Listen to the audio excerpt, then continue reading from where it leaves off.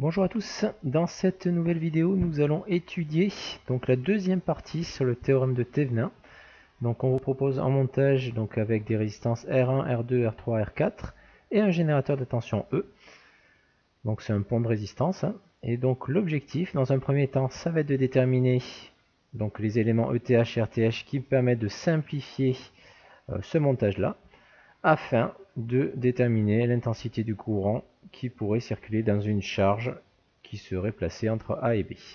Voilà, donc dans un premier temps, nous allons donc simplifier le montage donc entre les points A et B à l'aide du modèle de Thévenin. Donc nous allons essayer de représenter notre montage sous la forme donc d'un modèle équivalent de Thévenin.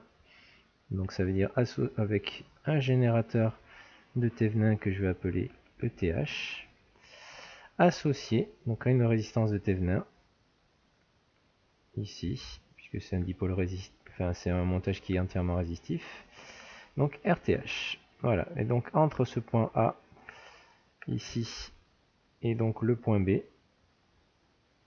nous allons avoir ce modèle équivalent de Thévenin. Voilà, donc la première étape, ça va être déterminer ETH, RTH. Donc vous voyez, hein, si on arrive à simplifier le montage, on a quelque chose qui est quand même beaucoup plus facile à exploiter par la suite. Donc d'après le théorème de Thévenin, donc ETH, donc par définition, donc ETH est égal à donc la tension entre le point A et le point B, donc ça fait UAB à vide. Donc ici, au niveau de notre montage, pour l'instant, il n'y a pas de charge de représenter entre A et B, donc le montage est déjà représenté comme un montage à vide. Donc il n'y a pas de charge entre A et B. Et donc, ce que nous cherchons, c'est cette tension ici, UAB. Voilà. Donc, comme ici vous avez un générateur avec la masse donc, qui est ici en bas, donc pour déterminer la tension UAB, ça va être beaucoup plus simple de la séparer en deux tensions. Donc une tension qu'on va appeler UAM par exemple, donc si on appelle ici le point M, et la tension donc UBM. Donc je vais la noter ici. Voilà, donc dans un premier temps, pour calculer la tension UAB, on va la séparer en deux tensions référencées par rapport à la masse. Donc ça va faire UAM moins UBM. Donc c'est la tension au point A moins la tension au point B. Donc pour la tension UAM, donc nous avons un générateur de tension E qui va générer un courant, d'accord? Donc ici, on va générer un courant qui va circuler dans ce sens-là. Et ce courant va se séparer en deux. Donc il y a une partie du courant qui va circuler dans R1, une partie du courant qui va circuler dans R2.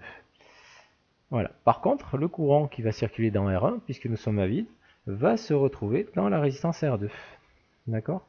Donc ça veut dire que les résistances R1 et R2 sont parcourues par le même courant.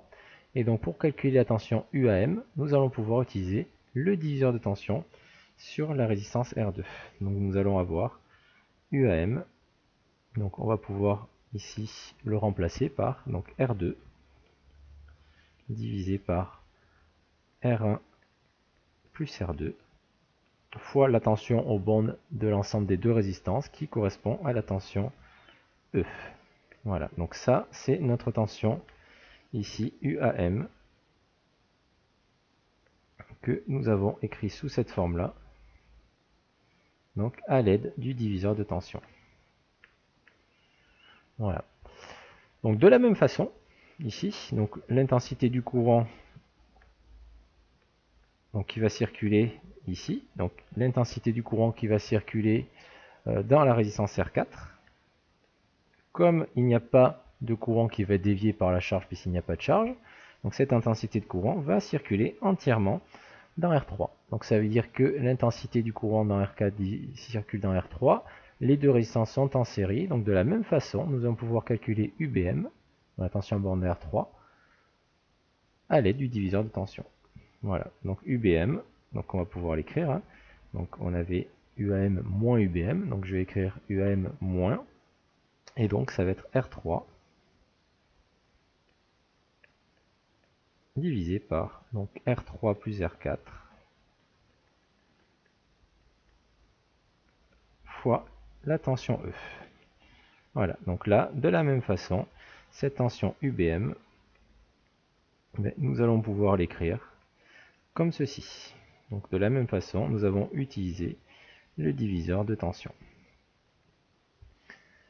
Voilà, donc il suffit de faire pour ETH 2 diviseurs de tension. Et donc, si on fait l'application numérique, donc ETH, donc je vais l'écrire ici, donc ETH va être égal, donc R2 est égal à, donc R2 il vaut 600 ohms, donc ça va vous faire donc 600, donc divisé par donc R1 plus R2, donc ça fait 350 plus 600.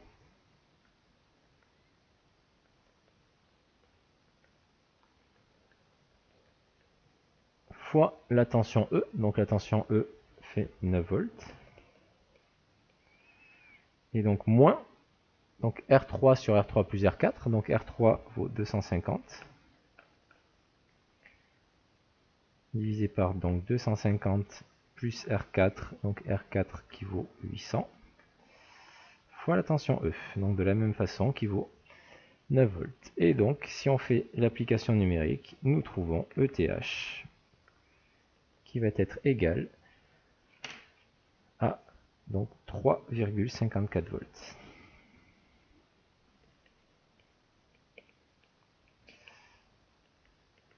Voilà donc pour un premier résultat, donc le premier élément du modèle équivalent de Thevenin.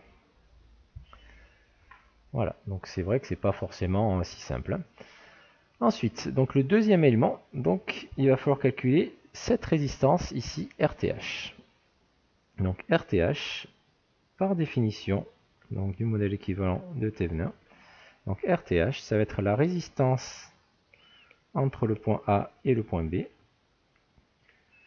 lorsque nous éteignons le générateur.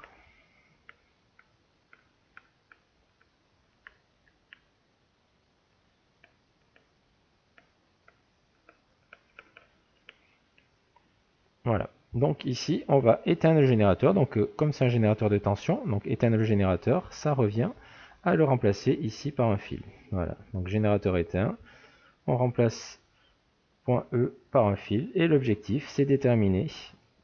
Donc, alors je vais essayer d'enlever un petit peu tous les tracés que j'ai fait précédemment. Ce sera un petit peu plus simple à voir. Et donc là, l'objectif, ça va être de déterminer la résistance que nous voyons entre le point A, donc ici, et le point B. Voilà. Donc là, c'est pas forcément si simple que ça. Donc vous voyez ici, vous avez votre générateur. Donc là, l'idée, ça va être de mettre le point A tout à gauche, donc faire un schéma un petit peu équivalent.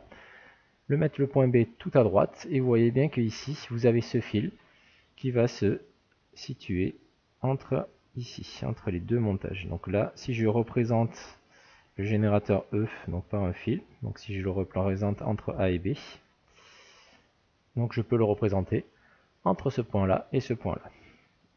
Voilà, j'enlève le fil d'ici. D'accord. Et donc à la place, je le mets au centre.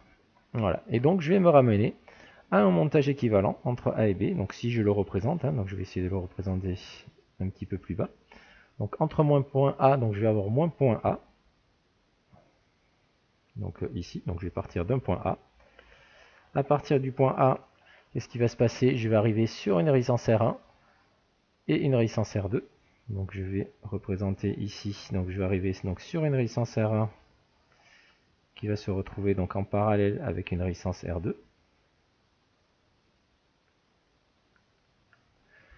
Et donc ces deux résistances, une fois que je sors, elles sont reliées entre elles par ce fil donc, qui correspondait au générateur de tension. Donc ces deux résistances ici vont être reliées entre elles. Voilà. Et donc à partir de ça, donc elles vont aussi être reliées donc R1 à R4. Donc R1, je vais le relier à R4. Et donc R2 va être relié à R3. Voilà. Et donc ces deux résistances sont reliées entre elles par le point B. Voilà, donc là je fais un schéma équivalent du montage. Et donc on se rend compte que finalement, entre A et B, nous avons une association. Donc ici nous avons R1 et R2 qui vont être ici en parallèle.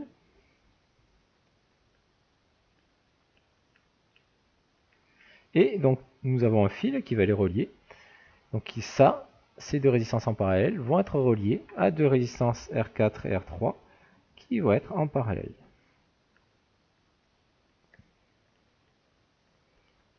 Voilà, donc finalement, la résistance équivalente en l'ensemble, ça va être R1 en parallèle avec R2, qui sera en série avec R3 en parallèle avec R4.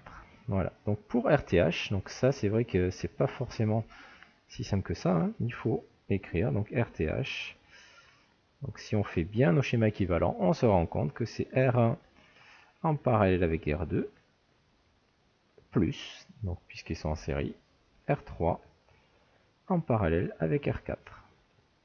Voilà, donc si on écrit ça mathématiquement, R1 en parallèle avec R2, ça va faire R1, R2 sur R1 plus R2. Et donc R3 en parallèle avec R4, ça fait R3 fois R4 divisé par R3 plus R4.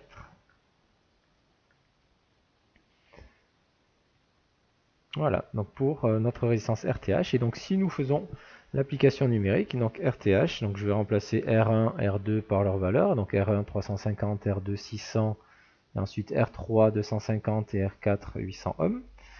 Donc nous allons obtenir, donc à l'aide des applications numériques, donc ici, RTH qui sera égal à 411 ohms.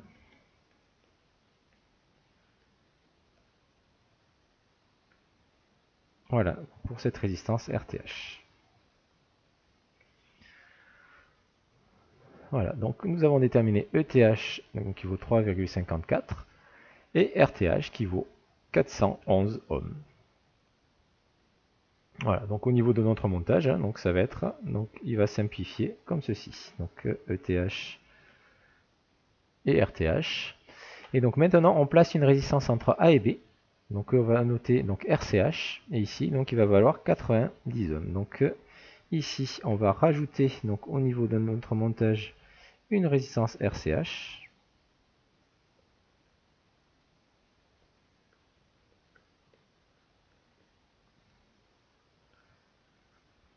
Donc qui est parcouru par un courant donc d'intensité I. Donc on aurait pu remplacer dans le montage précédent. Hein. Donc ici, alors je vais pareil enlever tous les graphiques que j'ai fait. Donc ici, cette résistance RCH, on aurait pu la placer donc ici entre A et B. Voilà. Donc vous voyez bien que si on avait utilisé ce montage-là, il aurait été très compliqué de déterminer UAB et I dans RCH, d'accord? Parce que là, pour calculer UAM, par exemple, on n'a pas le droit d'utiliser le diviseur de tension, puisque le courant qui circule dans R1 va se séparer dans R2 et dans RCH. Voilà, donc pour déterminer la tension UAB et l'intensité du courant I dans RCH, il est préférable d'avoir fait précédemment un modèle équivalent de Thevenin. C'est quand même beaucoup plus simple de travailler sur ce montage que sur celui-ci. Voilà, donc en déduire UAB. Donc UAB, on va utiliser le montage ici donc de Thevenin. Donc ici UAB. Donc là, on se ramène un simple diviseur de tension, puisque les résistances RTH et RCH sont en série. Donc nous allons pouvoir écrire très facilement donc UAB qui va être égal donc à, donc d'après le diviseur de tension, hein, RCH divisé par donc RCH plus la résistance de Thevenin fois le générateur de Thevenin équivalent ETH. Voilà, donc RCH, on a dit, il valait donc ici dans notre cas 90 ohms. Et donc nous allons avoir 90 divisé par 90 plus RTH que nous avons calculé à 411 fois notre générateur équivalent Thévenin qui vaut 3,54. Et donc si on fait l'application numérique, nous allons trouver donc 0,636 volts. Voilà. Donc ça, c'est notre tension UAB lorsque nous mettons une charge. Donc vous voyez, c'est très simple après, une fois que l'on a fait le modèle équivalent Thévenin, c'est très simple de calculer la tension UAB. Donc je vais l'écrire ici. Donc UAB c'est 0,636. Et donc même chose pour l'intensité du courant I. Donc pour l'intensité du courant I, bon maintenant qu'on connaît UAB, ça va être assez simple. On peut écrire I qui est égal à UAB divisé par RCH. On aurait pu écrire ici aussi I égale ETH divisé par RCH plus RCH. D'accord, c'est pareil. Voilà, donc je vais écrire les deux formules hein, si vous voulez. Donc I. Donc soit on écrit directement ETH divisé par RTH plus RCH. D'accord, donc c'est la loi d'Ohm sur l'ensemble du montage. Soit on écrit UAB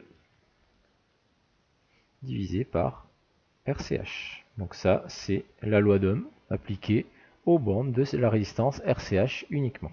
D'accord.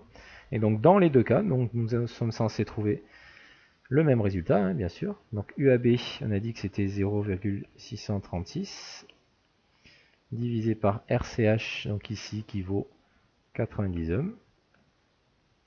Donc si je fais l'application numérique en milliampères, je trouve 7,1 milliampères. Voilà pour l'intensité du courant I qui circule donc dans ma résistance de charge.